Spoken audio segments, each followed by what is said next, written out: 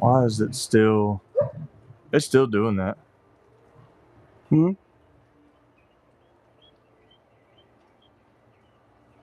Like, I got it on selfie thing, and it's still...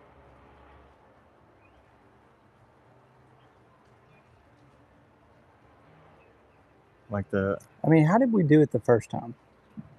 I don't know. Alright. See how we look.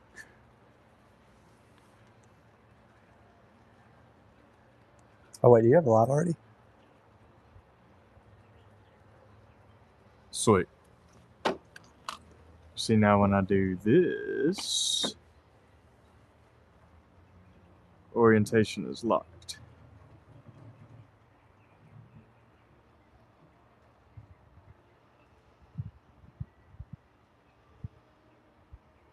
Hello, whoever's watching.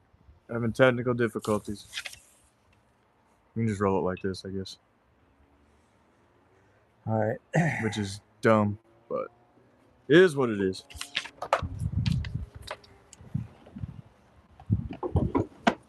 All right, what's going on, everybody? Welcome back to Cap Sports. It's been forever since we've done this. It has. 3 weeks. Yeah, it has 3 weeks. Georgia. Before the Georgia game. Yeah. Oh, yeah, I'll need some of those for sure. Yeah, it is where it's at. I need some for show. Getting that for show. Yep. Today's episode is sponsored by Big Sunflower Seeds. Taco Bell style. Taco Bell in the mix. Yep. But yeah, guys, thank you guys for joining in. And it's Tennessee Hate Week. Fuck them. Which is crazy. Oh, I'm sorry. We're halfway through the season. Like, today is the midpoint of the regular season. Right. We're halfway through college football. It's like looking down on us. Oh, that's fine. Oh, I guess it's not. Yeah. Don't mess it up. Can't really see our faces. Is that better? Yeah. They're not going to be able to hear us talk with these guys. Yeah, no, we should have thought about that. But yeah, it's Tennessee Hate Week. Bama's quite on a roll right now. They've looked really good. Defenses has started out slow. Yep. But they figured it out, and it's starting to look a whole lot like the defense we've seen in the mid-teens. No, our defense is stout, man. Mm-hmm. They're all over the field, sideline to sideline, making plays, getting turnovers in the backfield. This past weekend, shut down the top running back in the nation. Yeah. I mean, they talked about him so freaking much. Week before, absolutely kept Pavia in check. We tried. I mean, we kept him in check. We did. I mean, those first 2 drives was like, okay, this is going to be another one of those games. Mm-hmm. But turnover in the ended up having 2 turnovers in the red zone. And then the Georgia game, since we hadn't talked about it, we got ran over. Bama asserted dominance that game offensively. Like, they knew they wanted to eat clock, move the ball. Ryan Williams had that early drop for a touchdown, but, we still ended up scoring after going 14 plays. But Bama's looked really good, and Ty Simpson is the cause of that. Absolutely. I mean, the entire team follows in his footsteps. Mm-hmm. He is truly a leader. He is not a game manager. No. I texted you this the other day. Jalen Milroe better be counting and thanking his lucky stars that Ty Simpson let him start last year. Yeah. Ty said, you know what, Jalen, you deserve to start last year. I'm going to let you have it, but just know it's mine. Because if Ty Simpson was a starter last year, Jalen Milroe on Saturdays will be working for the county doing road work on Saturdays. Or he'd have transferred. Absolutely. It's unreal. But with that being said, it might have been fun seeing what Milroe could have been under this offense with Grubb, though. Because Grubb, I mean, he's a wizard. I mean, the offensive play calls that he's came up with, the motions, the putting people in different spots throughout the game to set something up later on, getting Caden Proctor involved in the last 3 games in his way, in his different ways, catching a screen, being the H back on a 4th and short, and then taking a wildcat this past weekend. Like he's still like he's playing the long game with doing those type of those setups with Proctor. Yeah, no, it's a lot of fun to see. I'm glad that we're finally, able to see what this team is capable of. Black Hoodie DeBoer is where it's at. It's a real thing. We've talked a lot of crap about DeBoer, but it was warranted. I have. Way more than me. Way more than you. But it was always warranted. To be fair, it was. No, I mean, yeah. But you were ready to pull the plug. Oh, absolutely, dude. Cut the cord. I'm glad they figured it out. Yeah, especially on the defensive side, too. With as many guys as they have returning after last year's season, with, the defensive staff being the same. Womack, we questioned him a lot last year as far as halftime adjustments. Like, why are we still doing the same thing on defense? Like, we weren't adjusting whether we'd go into the half with the lead or not. We would still come out in the same basic style defense and just getting gutted and ran all over. But you're definitely seeing a change in that. One thing I noticed this past week in the Missouri game is Bray Hubbard is set up all over the field. He'll be a free safety. He'll be man up on somebody on the cornerback side. He'll walk down as a linebacker. He'll get down on the edge. Like we've got pieces on the defensive side that's just revolving. Like they're never in the same spot 2 plays in a row. And that's eye candy. That's eye candy. If you're watching, where Deontay Lawson is supposed to be, with him being the Mike linebacker, you always got to read the mic, call out the mic. Hell, he's set up 6 different places each time. No, that's the way it should be. That's what a great defense is. Oh boy. Special guest. What are you doing? Uh-oh. Oh, get it. But yeah, so we're gonna go over just some of the halfway stats from Ty Simpson, the halfway point. So he's thrown for 1,600 yards, over 1,600 yards, almost 71% completion percentage. He would have over 80. He would have over 80% completion, if not for the drops that have been had by receivers throughout the season. Yeah, and we'll definitely get into to Stones Williams. But 16 touchdowns and 1 interception. He did throw that his first pick against Vandy, which, of course, it was against Vandy. Yep. But could have been worse. The guy could have dropped it, and they would have got the ball. They ended up inevitably scoring on a long touchdown run. But, I mean, the guy picked it on like the 7-yard line. Yep. So it was a good punt if you want to make it, make it sound that way. But inevitably, it was his first interception. He's already got as many touchdowns as Jalen Milroe had all last season. Passing touchdowns, yeah. He's been sacked 12 times for negative 94 yards, which is a issue. It's 8 sacks in the last 2 games. Yeah, some of those are on him. Trying to extend the play. It's never just been a straight up sack. So that makes me feel good about our offensive line, but it makes me worry about him. I'll still take it though, because I know that it's not because he's not reading the defense, and it's not because our offensive line is sucking. He's just it's after 3, 4, 5 seconds of him extending plays, waiting for a guy to get open. Yeah, there's some of those, especially this past weekend in Missouri, because it's a little bit more fresh on the brain. Yeah, where he would scramble out. It's like, okay, throw it out, and he don't have that pull away speed like Milroe had for us last year, where he can break on the outside and take off for 3-4 yards. And there was one play, it was in the Missouri game, where the running back was set up to Ty Simpson's right.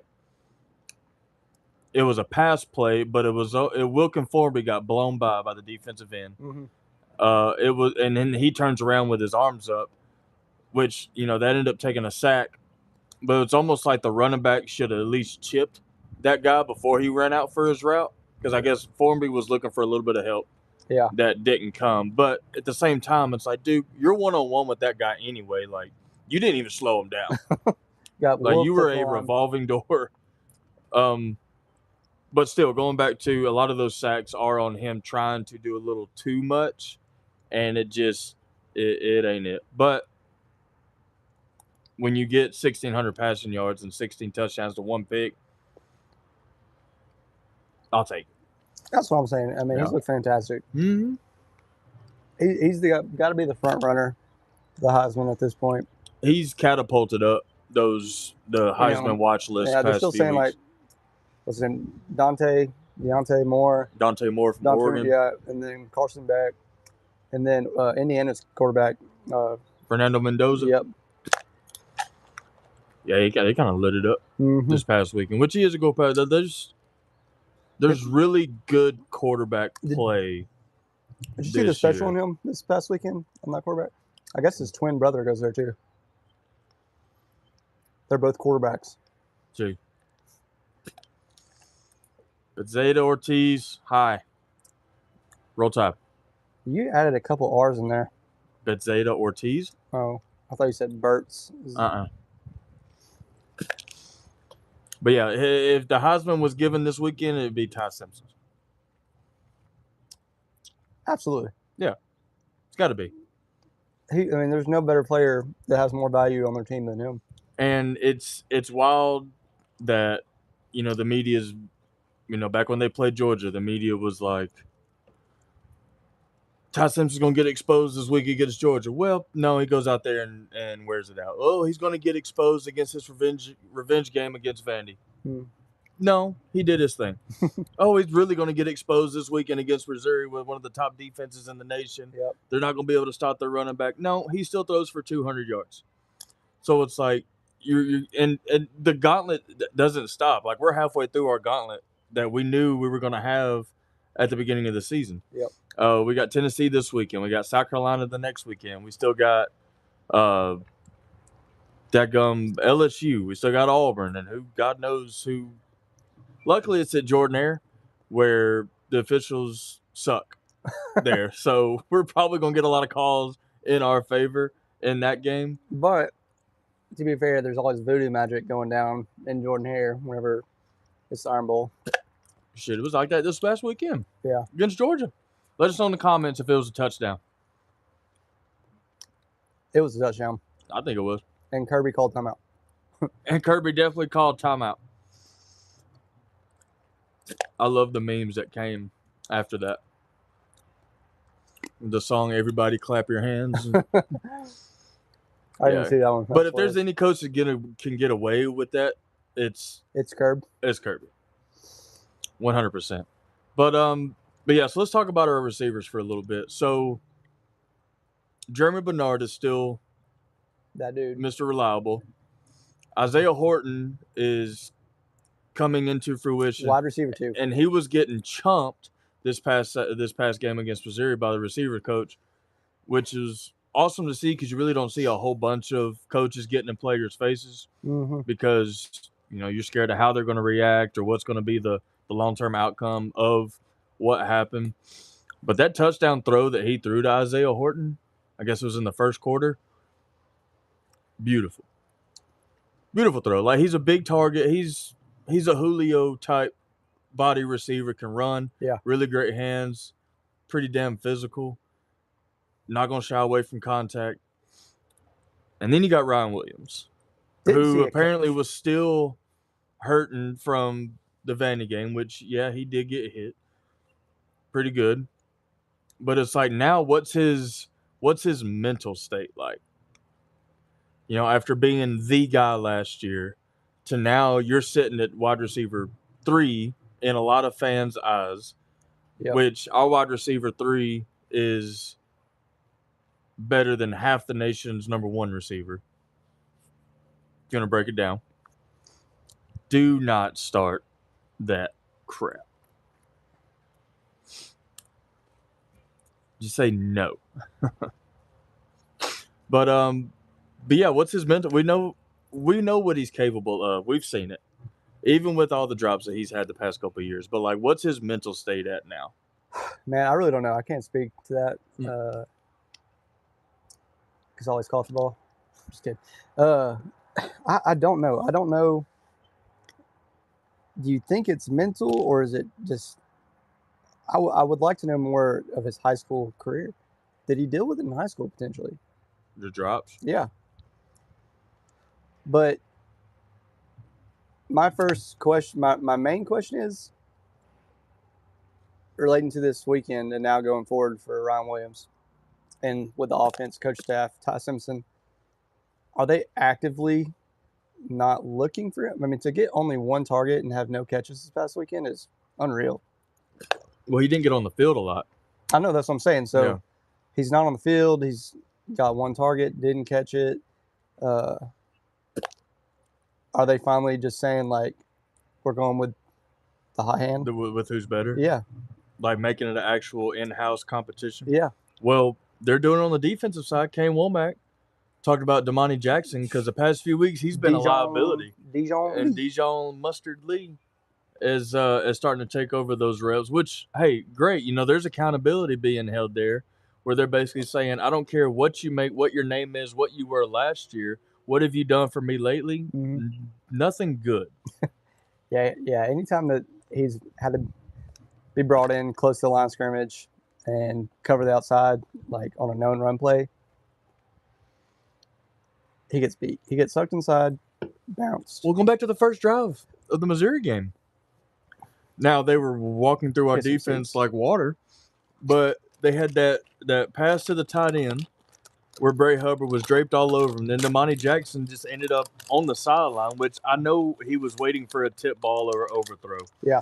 But you have a chance to stop some momentum and, like, level that guy. Now, granted, you might have got ejected for targeting because any hard hit nowadays is probably going to be targeting. But like the Georgia game, we said it the whole time. It's like, dude, anytime they run outside, Damani Jackson's inside the hashes. He's the last man of defense, and now he's in chase mode because he got sucked in too much. Right. Yeah, I was wondering what the heck happened on that play where he's pretty much on the benches. Yeah. Looking backwards. Yeah. Like, bro, what are you doing? And, you know, Dijon got that last interception. So, yeah, I mean, there's some accountability from our coaches being held from your 2-star players. Right. Like Damani Jackson was a 5-star recruit transfer from USC, high expectations. Mm-hmm. He's getting exposed a little bit. Okay, let's take a back seat. Let's go back to the fundamentals, whatever it may be. And same thing with Ryan Williams. It's like, yeah, as good as the year you had last year, you're under a little bit more of a microscope this year from the country. You're struggling. We got guys that can take over till you get it back together, and that's huge for Ty Simpson's confidence because Williams was Milroe's guy last year. Yep. Like, if Williams wasn't open, he was running. Yeah. But it's like with Ty Simpson now, he stays in the pocket, works the pocket. Is Bernard waits for any receiver to get open?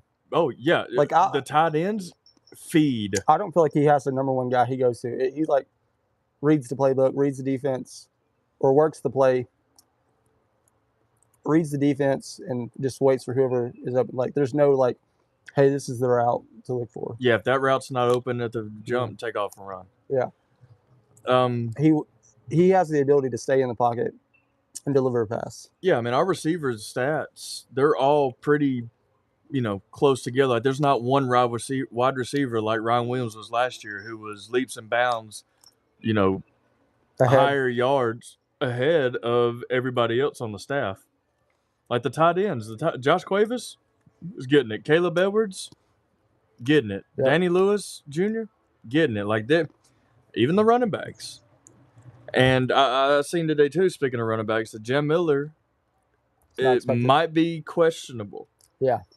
Maybe got a concussion. They usually. His didn't look violent though. I mean, after slow motion, yes, but like watching real time, like, yeah, it looked like a good hit, but like. Bro, he was out before he hit the ground. Oh no, he was out. He was definitely out. So was Meadows. That was a hit. That was a hit. That was tough. I thought he still caught it, but I thought he said dead. The still pictures that they got from that, like on contact, like he was asleep like instantly. Yep. Which is scary, super scary. Both of them ended up walking off, not on their own power, but no, it ain't worth. It ain't to me. It ain't worth bringing them. Like when they're getting knocked out like that, it ain't worth bringing them back the next week. No, because we still got. I mean, we've won without Jam against good teams, so they weren't good teams. Oh yeah, he came back to Georgia week. He came back Georgia week, yeah. I was thinking that he came back. So now, let's say he doesn't come back and play. You got Kevin Riley, who's going to take over the RB1 role. Dre Washington. Not Dre Washington. Richard Young, and then there's no, the number 4. Dadgummit. Oh, he was getting reps this past game. Look at it. I don't have anything. You got all the stuff right there. Yeah. Okay. But he was getting reps. Like we hadn't seen Richard Young since the ULM game. Yeah, maybe. I was gonna say week 2. Oh, Daniel Hill. Yeah. Yep. But he's probably looking at getting some reps this weekend, and who knows? Like with Jam Miller being out. What about the guy who busted off a 50-yard run or whatever it was in the ULM week or the? I think that was Dre Washington. No, he was a young dude. AK Deer. Yeah. Number 0. Yep. Yeah. So with Jam being out, do you go back to your 3-4 running back rotation? Got to. I mean, it wouldn't hurt. I mean, Kevin Riley's definitely still got one of the hotter hands. He runs so hard. Like he's undersized, but he runs hard. He runs hard, and he's fantastic out of the backfield. Yeah, he's so reliable at catching the ball. He's true freshman. He's 5'11". Yeah, 191 pounds. The main thing that will hurt not having Jam there if he doesn't go this weekend is his pass protection. Mm-hmm. Like he'll plug somebody up. Whereas Kevin Riley, you don't know if he can really fill that part of the offense's role. Right. Yeah, I mean, our running back room's deep. You got Kevin Riley, AK Deer, Daniel Hill, Michael Larino III. He looks like a walk-on. Jam, Frederick Moore, Dre Washington, Jesse Washington III, and Richard Young. Yeah, Richard Young. There's got to be something going on with him for where he's not getting on the field because I thought he was going to be. I thought he'd be the star. I mean, this is his 3rd year in Tuscaloosa, so he's a redshirt sophomore. I mean, he's only had like a total of 50 carries his entire career. 19 carries for 48 yards this season. Yeah. That's 2.5 yards a carry. He has a long of 6. Can't do nothing with that. No, you can't. But with his size and his speed, like we saw a lot of his speed last year when he got to play in garbage time. But another one of those things, it's like if you're not putting in the work, these coaches don't have to play you. Yeah. So, which is good to see still that there's still some of that, that's going on. I'm surprised we haven't seen more of Jalen Hill. He's been hurt.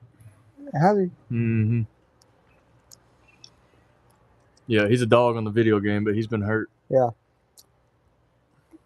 He had 5 catches. He had 5 catches for 148 yards in 2023. Didn't have anything last year. Yeah, he missed all last year. And nothing this year. Yep. Let's see what Isaiah Horton's looking like. But, outside of our main 3 receivers, you still got Lottie Brooks. Dang, Isaiah Horton's been there that long. What? What are you talking about? Isaiah Horton's been there since the spring. Well, I'm in college football. Like he's been in college since 2022. Oh, yeah, it's rare these days. Mm-hmm. But yeah, Lottie Brooks, Rico Scott, 2 true freshman receivers that come in and they make impacts. Lottie Brooks with that huge 4th down conversion pass. Oh my gosh! Which, for one, that's a ballsy throw. That's a ballsy call first of all. Then to throw that ball when you're kind of fading to your left, to throw it over a defender, like he was never open. No. Like Ty threw him open or threw it to where only his guy can catch it, or it was going, hitting the photographer that was 5 yards deep in the boundary. But, I mean, that's a true freshman you're relying on and a crucial part of the game. Yeah. And he comes through. Came through. Man, I mean, first to have gotten 3 4th downs on that drive alone? I know we got at least 2. It was 2 for sure. I was thinking maybe we got 3 for the game. We got 3 in the game. I can't remember if it's 3 on that drive or 3 in the game. But no, after at the halfway point of the season, our offense has been pretty consistent. Like, honestly, even back to the Florida State game, like our offense. And I feel like they really haven't even come close to their ceiling yet, to be perfectly honest. Oh, no, because, I mean, the past 2 games for sure, Ty Simpson's still getting sacked 4 times, regardless whether it's on him or, the offensive line in the wrong protection or whatever. But I saw a tweet earlier that Caden Proctor was saying that Ty Simpson ripped the offensive line's ass Monday. Really? Yeah. Saying he ripped his ass, that they should not feel good about the way they played as an offense against Missouri. There's no way Ty Simpson would say that. Look it up. I don't have my phone. I'll pull it up. Who said that? Ty Simpson said that. No, Caden Proctor said it. So it sounds like Ty Simpson, and the past few weeks, he's doing his post-game pressers, he's got the stat sheets. He's immediately looking. He goes, he did that. It's great. He did that. That's great. Oh, man, I look like shit. Yeah. Basically. He didn't really say that. But he's always saying, like, I got to be better. I got to be better. I got to do this so my guys can do more this. Right. And it's like that accountability that you're seeing from your guy, that he's been a fan favorite for a couple years now. For him to do what he's doing probably exceeds a lot of Bama fans' expectations, I think. No doubt. He's definitely. I think he's exceeded ours a little bit. We've been high on him since the midway through last season because we were like, give us him now. I don't know. I don't think he is exceeding my expectations. He's meeting the expectations that he set for me because I knew what he was capable of. Yeah. If that makes sense. Yeah. Yeah, man. I didn't think he'd be 16-1 touchdown interception halfway through this season with the teams that he's played. But, I mean, here we are. Like I said, that one interception, it was just a prayer. And on that route, it looked like the tight end and receiver, like one of them looked like they were in the wrong spot. Yeah. And I don't think that ever came out to, like, why that ended up being that. But, like I said, it was a punt because it was on 4th and 7, and which is another thing. We got to get our kicking squared away because I don't like going for it on 4th down so much, especially if we're inside the 40. I don't. It's not. We don't have Will Reichert back there that can kick it from anywhere on the field. I can't believe we're back in a place where we're worried about kicking. I mean, we had a good 5, 6, 7-year run of a couple of different kickers. Yeah, I forgot who was there before Reichert, but I mean you knew when he came on the field, it's like, okay, here's 3 points. Yep. Like, there was never an issue. There was never a doubt. With this guy, it's like, okay, what do we got here? Flip a coin. No, it's like offense. Stay. Oh, yeah, now it is. Let's get into the games of this past weekend, though. Yeah, the week 7 did not disappoint. Dude, we're 3 weekends in a row of Alabama nail biters, but we're also 3 weekends in a row of consistent upsets. Mm-hmm. Right? Mm-hmm. There's been a lot of crazy games that have gone on. Yeah. And is likely to continue on this weekend. Oh, yeah, there's and I didn't put the slate of games this weekend. I'm sure you got that pulled up. Yeah. But starting off with Indiana beating Oregon, and I don't consider that an upset. No, it's not, because they were, 3-6 or 3-7 matchup or whatever. Mm-hmm. But going into Oregon, which is one of the tougher places to play in the country. Auschwitz Stadium. Yeah. But, I mean, they they look good. I mean, it was a back and forth match just about the entire game. Indiana would get a little bit of lead, then Oregon would come right back and tie it up or whatever, and then Indiana finally just put them away. It's like, well, you scored 30. Like, congrats. Their team looks fantastic. I mean, they're an SEC team, which is wild. It's Indiana, like they're a basketball school. Not anymore. Not anymore. They're more of a football school now than they are basketball. Today, Mark Cuban is a graduate of Indiana University. He's never donated to the school, but he met with SIG this past weekend and had such a great meeting that he donated a lot of money to the football program. Indiana's become a football state. Yeah. You got the Colts that are doing their thing. Daniel Jones. Indiana Jones. Indiana Jones. I love it, dude. That is the coldest nickname of all time. And then the Hoosiers. What's their mascot's a bison. What the hell is a Hoosier? Somebody had it on a sign in game day. It's like, what is a Hoosier anyway? I'm gonna look. What is and their mascot's a bison. What is a Hoosier? But good for them. I mean, it makes the Big Ten a little bit of a more of a tougher conference. A Hoosier is a native of, or resident of Indiana. Though the exact origin of the term is still unknown, the name became popular in the 1830s. Okay. Sweet.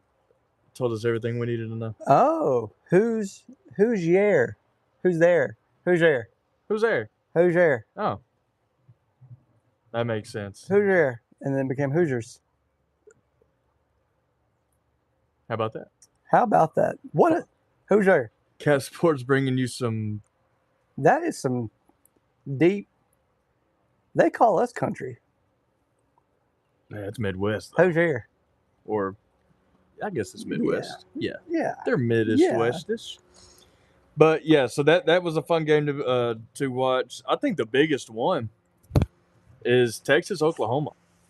Now, Texas coming off of an embarrassing loss against Florida, whose their entire organization, university is in flames, got put out for a brief second when you beat Texas, but then immediately went back up. Oh, man, did it. But upsetting Oklahoma the way they did, now there's going to be all these questions like, well, they shouldn't have rushed back John Mateer and blah, blah, blah. Like, that's on you anyway. Bringing him back after, 17 days since? Yeah, it's 15. Since surgery on his hand? Yeah, I think it was 15. But it's like that Texas defense is a problem. Yeah. I think Arch Manning played with it himself that game. Didn't try to do too much. And it helped they had a pick six. Yeah. So, like, three interceptions, probably could have been 4. Yeah, when you got a defense playing like that, you don't have to go out there and do anything spectacular. Like, just go out there and play ball. And it's not his fault that he was hyped the way he was. Mm-hmm. If he was just some regular Joe Schmo quarterback, for one, he'd have probably got benched by now. You think so? Honestly. If his name was Arch Manning, he would have got benched after starting the way they did. Yeah. He actually isn't having a terrible season, to be perfectly honest with you, stats-wise. Play-wise, yes, you can say that he is. But stats-wise, it's not terrible. Let me pull it up.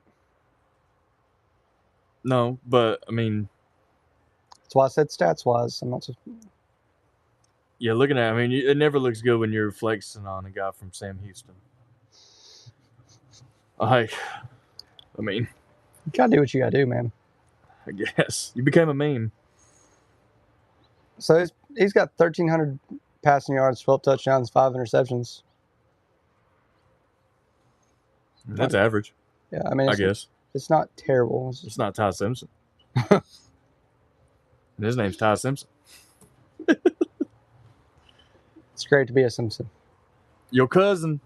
Not really. They're not really related. They all might be. We are. We are. Good call. We are. But yeah, with Texas' defense, they boosted back up in the rankings this weekend too.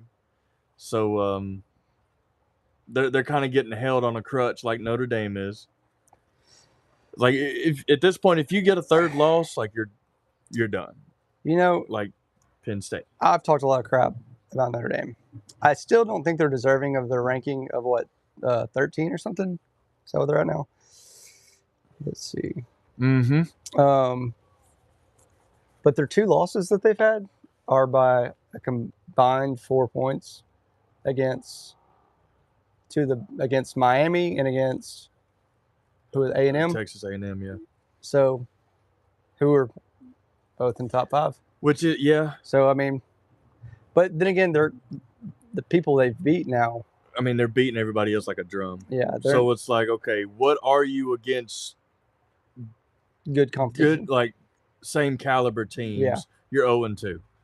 What are you against teams you're way better than, or you're beating them by multiple scores? So it's like Notre Dame is still, they'll end up in the playoff. It's crazy to think that they were completely out of the top 25 and then now sitting back at 13 and could, like you said, end up in the playoff. Well, I mean, they lost those 2 games early. Yeah. So again, now you have to beat the hell out of everybody just to earn the respect. Again, that's why I always hate that when you lose, plays such an important, like, that shouldn't matter. A loss is a loss, and who you lose to. Mm-hmm. It shouldn't matter that you lose the 2 first games of the season, and then now you can win out. Because, again, like, they could finish, top 5, top 8, top 10, whatever, and still make the playoff, whereas a 10th ranked team may have lost their opening games of the year and then, let's say, lose the last game of the season, and then they'll be out of the top 12. Right.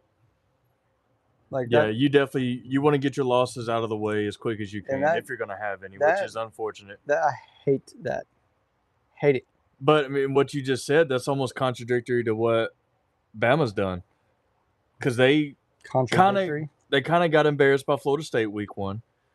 Florida State gets held to, this higher standard, like, oh, Florida State's back.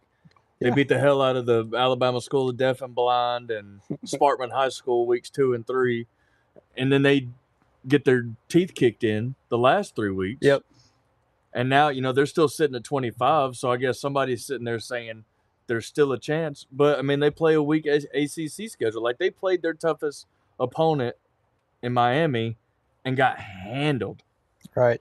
And, like, I think they play Clemson next week. Clemson's not what everybody thought they were at the beginning of the season anyway. You know what? After Clemson's, first, I haven't kept up with them after, week 3. Where is Clemson even? Nobody said anything about it. What is Clemson even doing this year? They're at 3-3.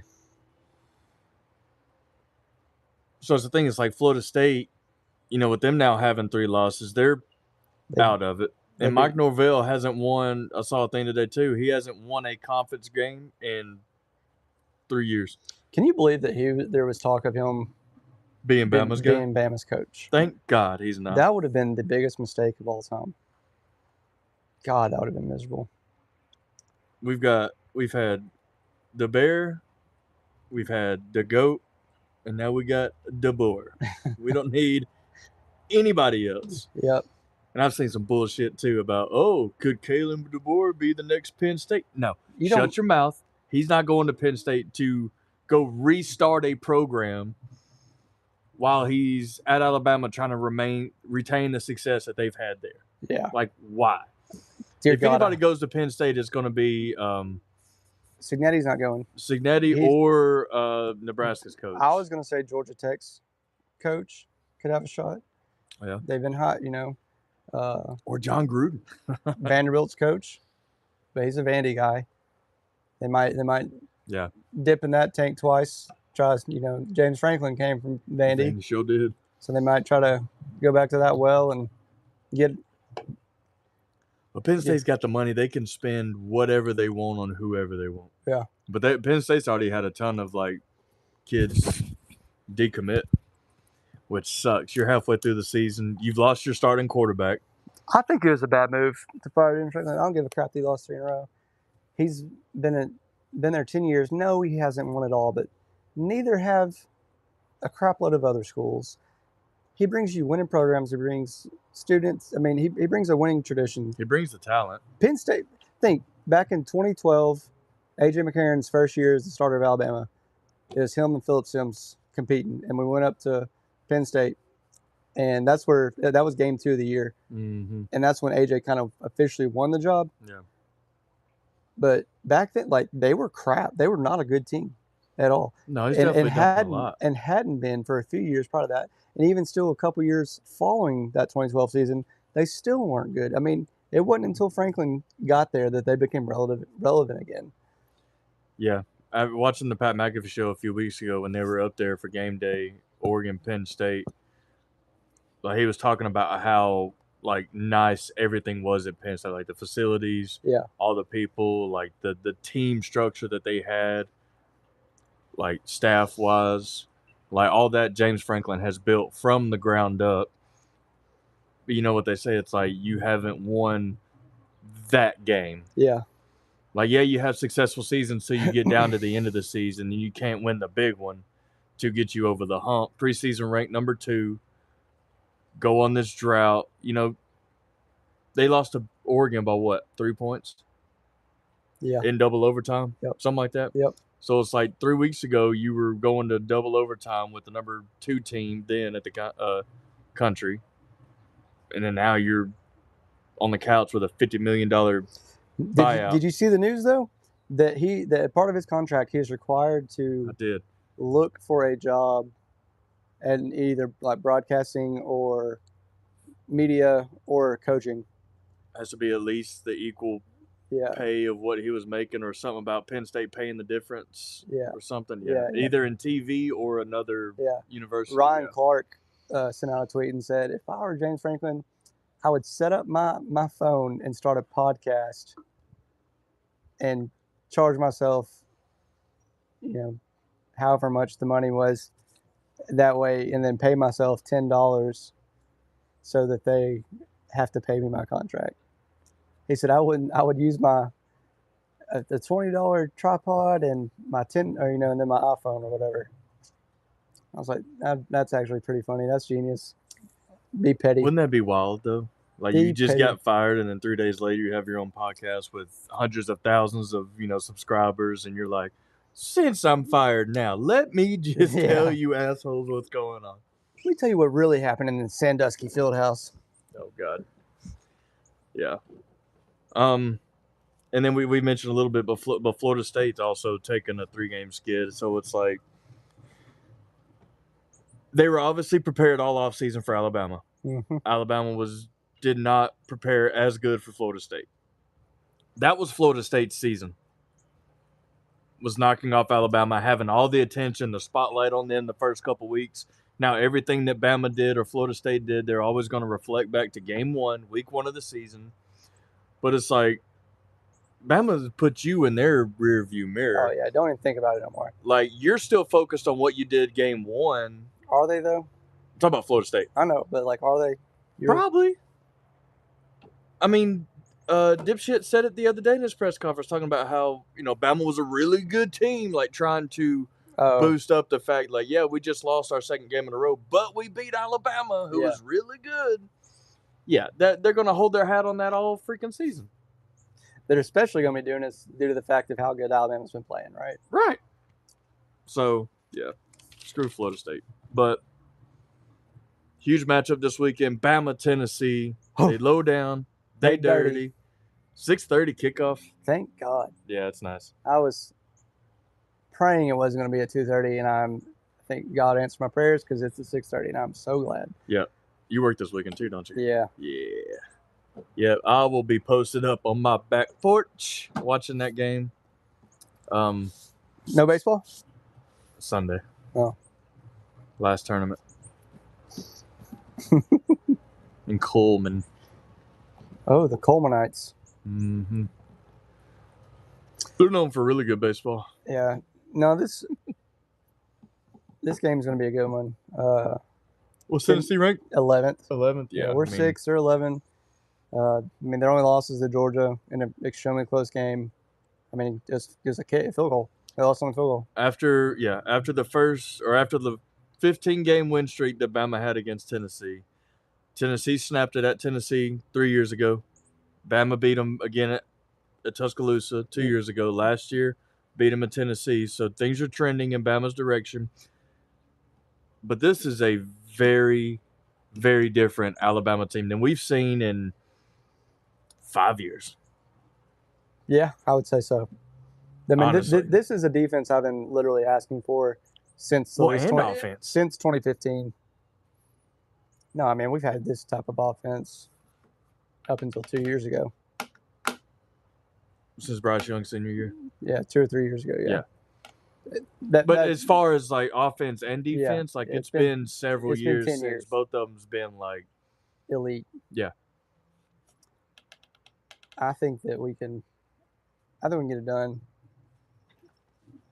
Special guest. What are you doing? See ya. Yeah, speaking of Tennessee, my Titans are moving up in the world, baby. We fired our coach. Oh, sorry. This is clapping now. Oh, yeah. We fired our coach. We're moving in the right direction. I don't know who the hell our interim coach is. I know they announced it, but he's like the most senior. Mike McCoy? Yeah. Sure. Yeah. Please keep Cam Ward healthy. That's all I got to say. But give me Mike McCarthy. Yeah, I was wondering if you're going to say that. Are you for real? Give me, absolutely. Really? Yes. Super Bowl winning coach, coached in Green Bay forever, had successful teams up there. Had successful teams in Dallas. They just couldn't win the big game. Yep. But I think that's just the curse of being a Dallas Cowboy member.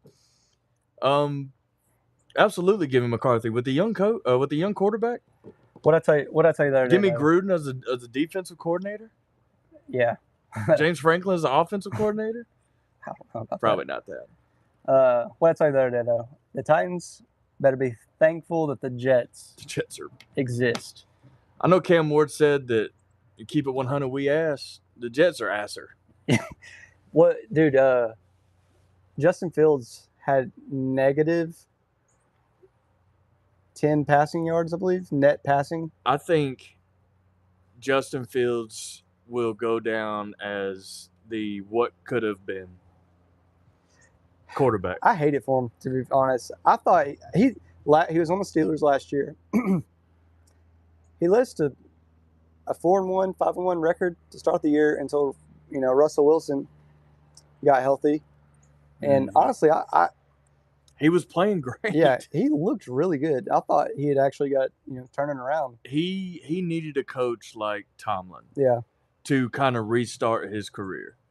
Well, not really restart. I mean, he's still young. But it was a horrible decision on his end to go to the Jets, who couldn't even win with Aaron Rodgers. Yeah, I mean, the Jets are a dumpster fire. And now we have Aaron Rodgers, and he looks like he's 35 years old again. Yeah, I watched a lot of that game the other day against the Browns. He looked good. He missed a lot of throws. Some throws were dropped.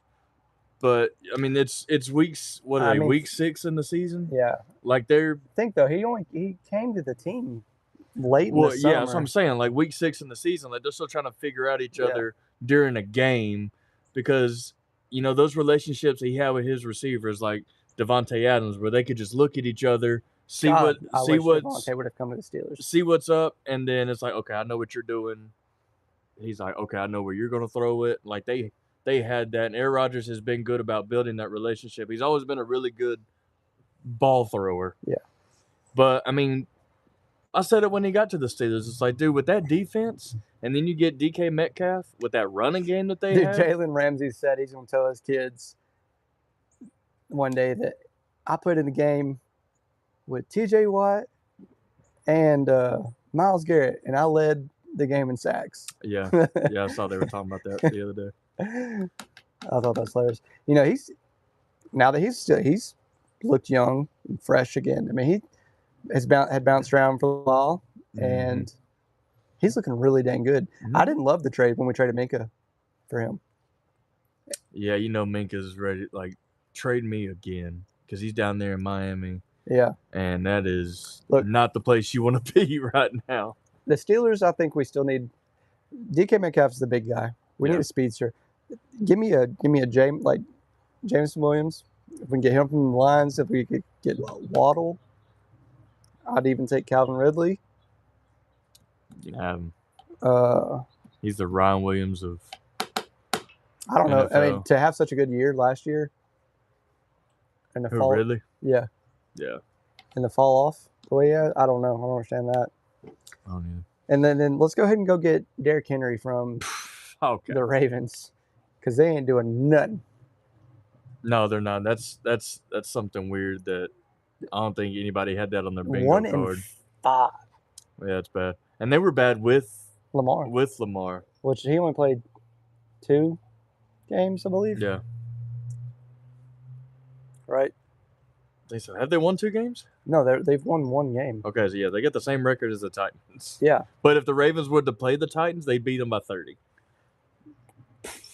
Probably so. You know? Probably would. Like, we beat Arizona last weekend or 2 weekends ago. Couldn't believe we beat them how we would normally lose a game. Yeah. Like, okay, we're finally clicking. We're up multiple possessions against this team. Let's fumble going into the end zone. Oh, we finally got an interception. Never mind. I'm going to fumble it, kick it in the end zone. They're going to lay on it for a touchdown. Yeah. So the Ravens are 1-5. The Browns are 1-5. Titans are 1-5. And that's it. Those are your worst teams. The Jets teams. are 0-6. Yeah. Yeah, I do.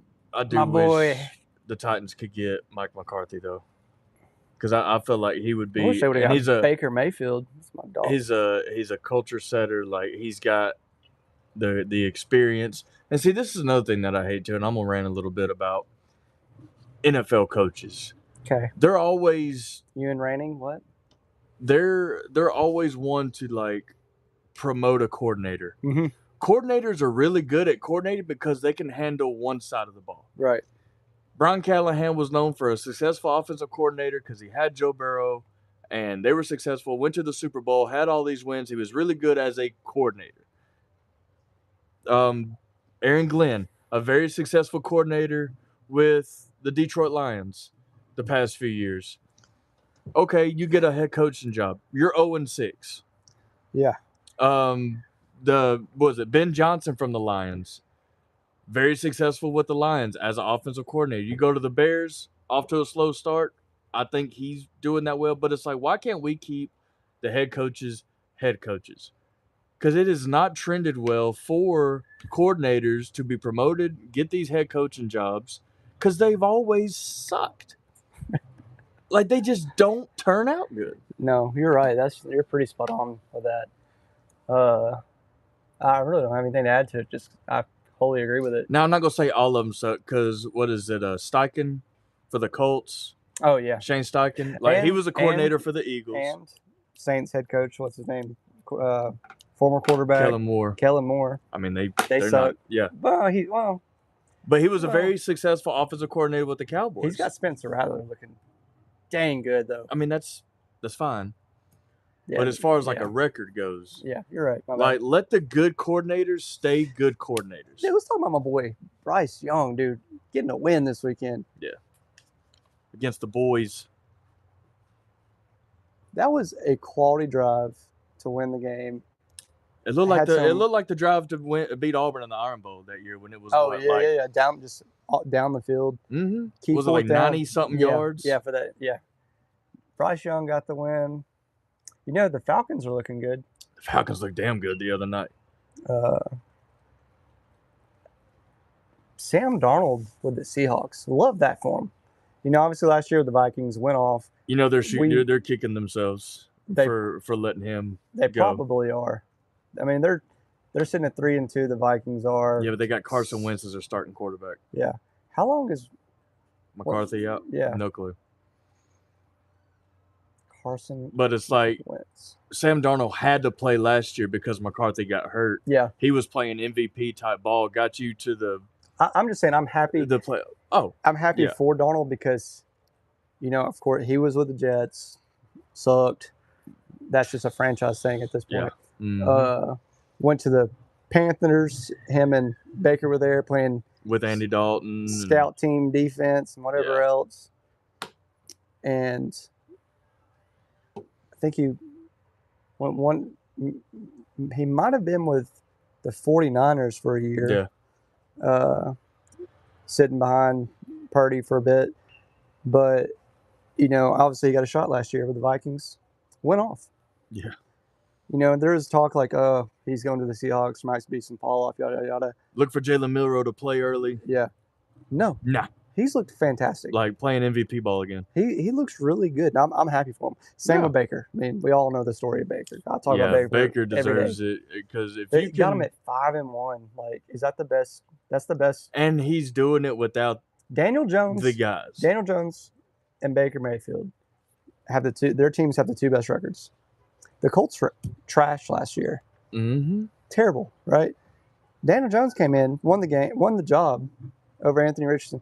People were like, "What the heck is going on? This doesn't make sense." Oh God, we got Daniel Jones starting now. Yeah, well, yeah, but Giants still suck. New York Giants. Well,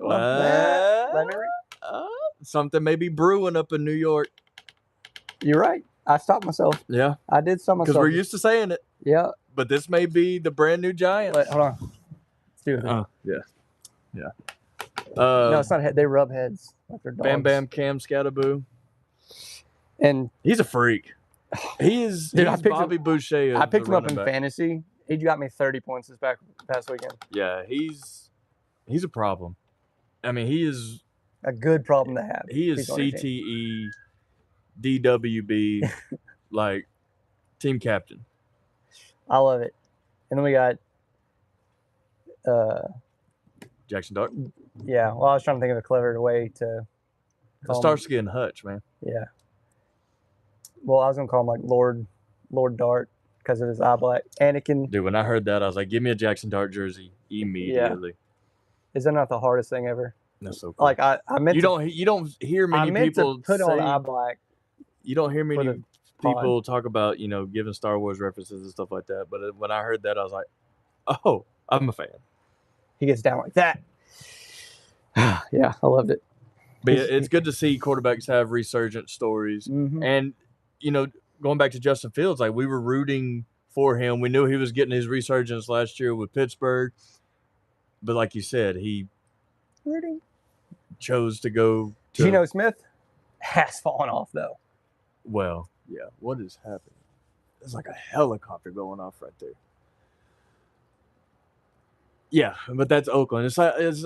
It's almost like, a lot of these teams have the same issues year in and year out to where it seems like an organizational problem. Yeah.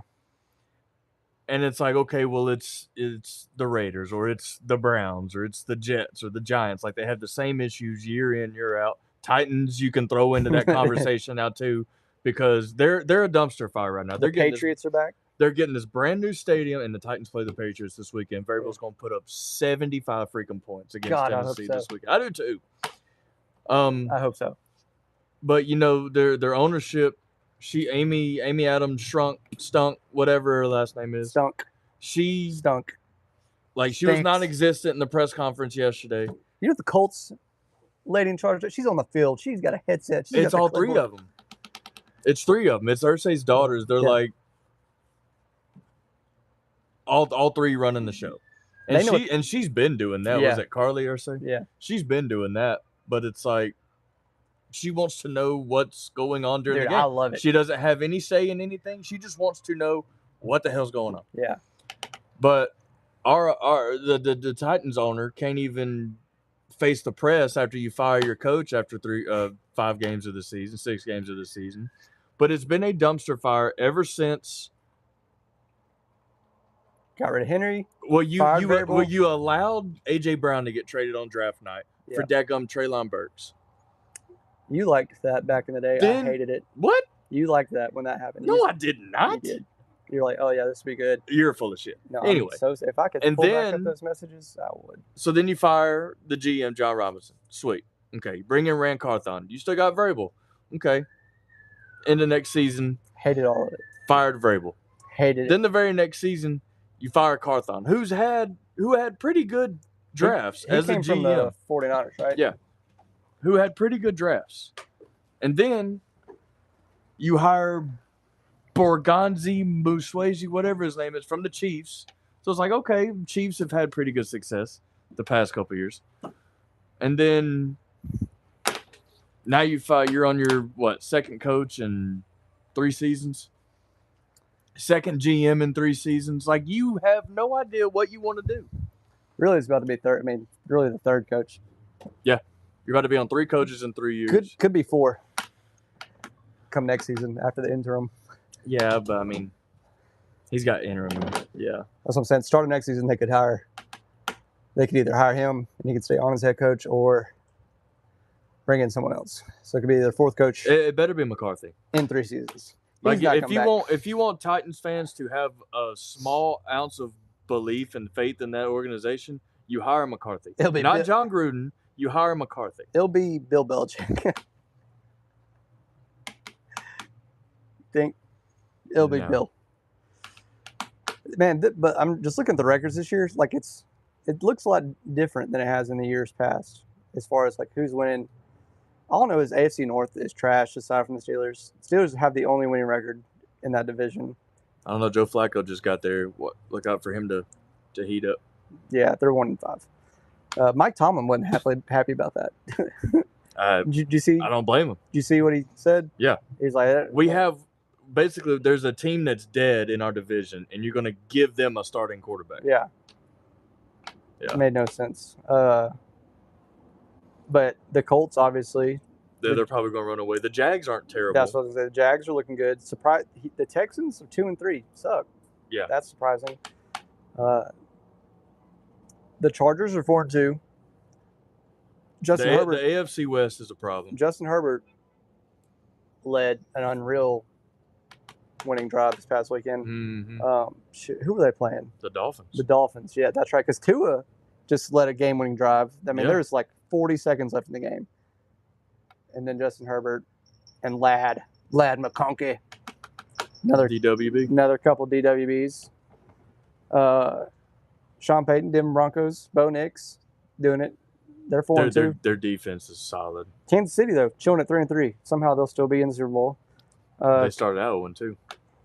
Yeah. The Eagles are 4-2. They're leading their division. Lost 2 in a row. Yep. They've lost those 2 games after calling for Jalen Hurts to pass the ball more. Let him do his thing. Win the games. That's all that matters. Run the tush push 87 times. A.J. Brown, keep your mouth shut. Devontae Smith, what? I didn't even know you knew how to speak. I've never heard you talk in my life. Mm-hmm. And he was even talking out against. Dude, no. Y'all were winning games. Jalen Hurts is a winner. I think it's just Philadelphia, like that city. Yeah. And then Cowboys are sitting at 2-3-1. Mm-hmm. Giants are. I think the best division in football is the NFC North. With the Bears, Vikings, Lions, and Packers. Yeah, so they all have a winning record. Green Bay sitting in first at 3-1-1. Detroit behind them with 4 wins and 2 losses. So Green Bay, because they have that tie, is sitting at a 700 winning percentage, whereas the Lions are sitting at a .667. So that tie helped Green Bay. But yeah, Vikings 3-2, Chicago Bears 3-2.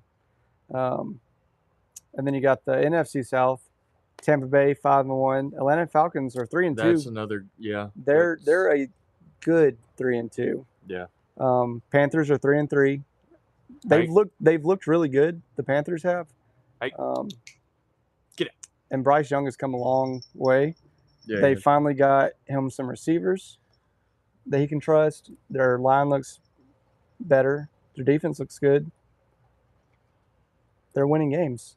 The Saints are 1-5. You know, they are what they are. San Francisco 49ers in NFC West 4-2. That team's going downhill fast. I feel like they've got so many injuries. They do, but I feel like Mac Jones has looked really good. Mm-hmm. Seahawks 4-2, Rams 4-2, and then the Cardinals are 2-4, right? Mm-hmm. So there's just a lot of new, fresh teams that have sucked. There seem like there's 3 or 4 really good teams that you know is going to be in the conversation at the end of the year. Yeah, you've got a slew of 12 to 13 teams that you never really know, and then there's the bottom half of the league that is just bad. Right. Like, you know what you're going to get when these teams play, and it's shit. Well, that's what I was saying, though. Like, there's been some teams that we expected to be good that are not. Yeah, Ravens. But that's going to do it for us today, everyone. Thank you so much for watching. Again, it is Tennessee Hate Week, so if you see a Tennessee fan, make sure you tell them that you can't stand them and their team sucks. Yep. Be on the lookout Saturday afternoon. Probably going on TikTok and letting y'all know how I feel about the game, because that's been really fun doing. Like half times, post games, like you get a lot of action, a lot of people involved and invested, and very, very engaging. Just having open discussions with people on the fly like that. It's been really fun, and we're still gonna do this every chance we get. We get busy. We're both dads with kids, active in sports, work, normal life. So you need to tell your friends, if they're not subscribed, to subscribe. Help us out. We do this a little bit more if we're able to. Yeah, drop the like. Yeah, help us grow so that we can just do this all the time. All the time. Help us. Help you. Help us. Help us. Pretty much. Help us. In the meantime, we'll catch you guys next week. Roll Tide. Roll Tide.